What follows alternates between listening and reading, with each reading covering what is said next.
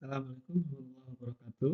Kembali lagi dalam kajian kitab Tasawwufil Hayah karya Syekh Akbar Muhammad Fathur Rahman, bagian kedua dari Muqaddimah Mu'allif. Sebelah kanan sudah ada teks asli kitabnya dan sebelah kiri sudah diberi harokat. Kemudian saya berikan terjemah perkata. Wahada dan ini bidobti dengan tepat atau persis makana apa yang telah yuqaddimuhu yang memberikan kepada atau diberikannya siapa an-nabiyun nabi lis sahabati kepada para sahabat. Laqad kanu sungguh mereka dahulu bihajatin dalam kebutuhan ila tadzawuqir ruhi kepada pencicipan rohani. Dunal hajati tanpa kebutuhan ilal khawdi kepada kebutuhan untuk menyelami fi tafasilil muaqqadati dalam rincian-rincian ilmu yang rumit ya seperti kondisi saat ini. Li'annahum karena mereka yarawna melihat masalan hayyan contoh yang hidup amamahum di hadapan mereka yahtaduna bihi yang mereka teladani. Fadinu maka agama la yakfi tidak cukup ayyuqra'a untuk dibaca fil kutubi dalam buku-buku awayub hasa anhu atau dicari tentangnya alal internet di internet. Wala takfi dan tidak cukup mumarasatu tasawuf praktik tasawuf dunal istirsyadi tanpa bimbingan bimursyidin khabirin dengan mursyid yang ahli yang pakar fi asrihi pada zamannya. Bal tetapi atau bahkan yakfi cukup ayab hasa bahwa mencari al-insan manusia amma yarahu apa yang ia pandang baik wa yattali'a dan menelaah ala mu'allafatil muridin atas karya para murid di mana para murid biasanya membukukan kitab-kitab apa yang didengar dari gurunya. Walakin ma'atarkizi tetapi dengan fokus ala niqati pada titik-titik atau poin-poin ar-ruhi an-nasiyah ruh teks atau makna batin teks al-kaminah yang tersembunyi waro al-ma'rifah az-zahirati di balik pengetahuan yang lahir. Dan ini bisa ditangkap bagi orang yang sudah memiliki mursyid tentunya. Terjemah bebasnya, inilah tepatnya apa yang dahulu diberikan Nabi kepada para sahabatnya. Mereka tidak membutuhkan penjelasan yang rumit atau kajian yang mendetail untuk memahami hakikat agama. Jadi para sahabat tidak diajarkan agama secara rumit, detail, ya, sistematis, tapi langsung diajarkan oleh Nabi, dicontohkan oleh Nabi, dan mereka melihat Nabi sebagai teladan. Agama tidak akan pernah cukup dengan hanya dibaca di dalam buku, ya, apalagi hanya dicari di internet, ya. Dan tasawuf pun tidak akan pernah bisa dijalani dengan benar tanpa bimbingan seorang mursyid yang arif dan berpengalaman pada zamannya. Namun cukup bagi seorang untuk mencari kebenaran sejauh yang mampu. Ya, kalau hanya untuk pengetahuan bisa aja membaca karya-karya para salik dan murid para sufi selama ia berfokus bukan hanya pada kata-kata atau ilmu lahiriah, tetapi pada ruh teks, makna batin dan getaran spiritual yang tersembunyi di balik pengetahuan yang tampak di permukaan. Tetapi ini tentunya sulit ya bagi mereka yang baru mengetahui tasawuf. Ini bagi orang yang sudah mendalami tasawuf dalam bimbingan mursyid, maka dia akan mudah menangkap tasawuf dalam teks-teks kitab ya yang dikarang oleh para salik. Su'ilah, di sini ada sama seperti tadi ada teks kitabnya dan juga sudah diberi harokat.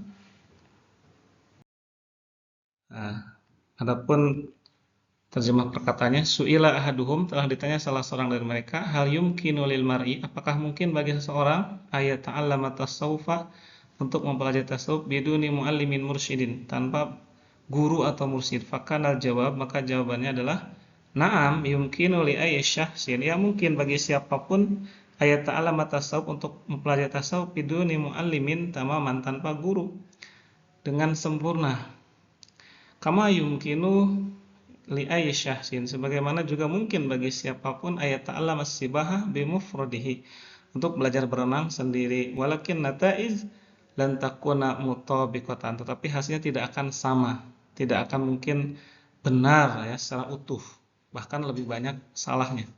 Tapi ba'dil halat, sebab dalam beberapa keadaan qad yu'addi ta'allum ad-dzatiyu, pembelajaran secara mandiri dapat menyebabkan ila ta'ridin nafsi awil akharina lil khatar, diri sendiri ya atau orang lain ada pada bahaya ya. Ta'ridin nafsi ya. Jadi suatu subjektivitas ya. Nah, kemudian di sini juga ada terjemah bebasnya. Seseorang pernah ditanya apakah mungkin bagi seorang untuk mempelajari tasawuf tanpa guru, maka jawabannya adalah ya. Siapapun bisa mempelajari tasawuf tanpa guru, sebagaimana siapapun bisa belajar berenang sendirian, namun hasilnya tentu tidak akan sama. Dalam beberapa keadaan pembelajaran mandiri bisa menyebabkan seseorang atau bahkan orang lain terpapar bahaya, sebagaimana halnya dalam belajar memanah, berenang, atau menunggang kuda. Maka belajar tanpa pengawasan seorang ahli penuh dengan resiko, dan demikian pula hanya dalam mempelajari tasawuf. Nah, di sini lanjutannya. Falaisa kullu ilmin. Nah, ini menjelaskan bahwa tasawuf itu ilmu yang membutuhkan manhaj, metodologi, ya, kurikulum, seperti halnya fikih, tauhid. Falaisa kullu ilmin yumkinu mumarasatuhu mubasyaratan. Ya, tidaklah setiap ilmu dapat dipraktikkan secara langsung duna manhajiyah wadihah, tanpa metodologi yang jelas. Wal amru nafsuhu, dan hal yang sama yang tabiku ala tasawuf, berlaku atas tasawuf. Fahunaka khutwatun, maka di sana ada langkah-langkah. La budda min itibaiha, yang harus diikuti dan yang mesti untuk diikuti, wa marahil, dan ada tahapan-tahapan. La budda min ijtiyajiha, yang harus dilewati. Wa mawahib, serta bakat-bakat, la budda min saqliha, yang harus diasah. Fal ma'rifat wal fahmu, maka pengetahuan dan pemahaman, huma al khutwah al ula, adalah langkah pertama saja. Summa ta'ti al marasah amaliyah, kemudian datanglah praktek nyata dalam thariqah.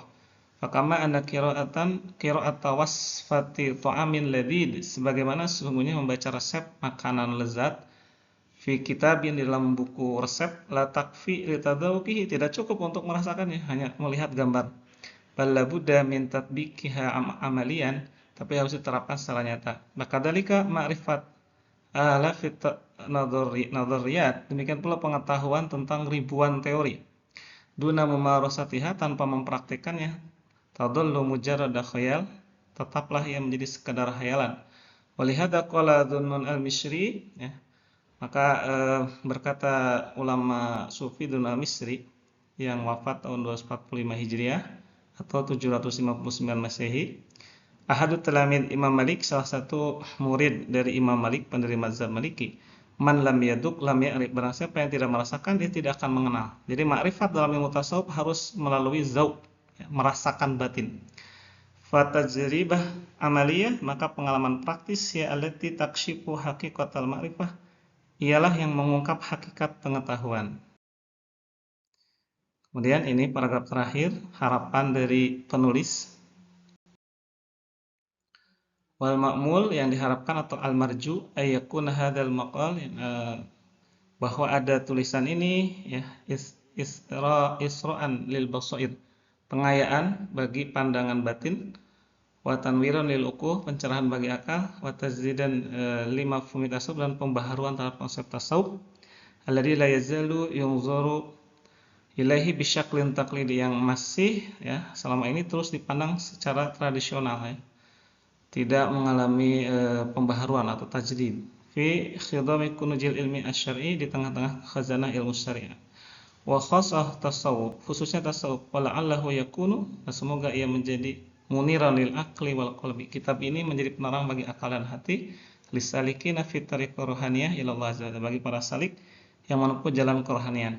Nah, jadi akhir kata dari muqaddimah mu'allif ini bahwa diharapkan kitab ini itu menjadi sebuah khazanah, sebuah pandangan baru bagi mata hati orang-orang yang ingin suluk, gitu ya, yang bisa menerangi akal dan juga pemahaman tasawuf, yang mana selama ini, ya, tasawuf itu bersifat klasik, kaku, dan, ya, tidak bisa disesuaikan dengan kondisi zaman. Maka dengan kitab ini akan diharapkan terjadi pembaharuan dalam ilmu tasawuf.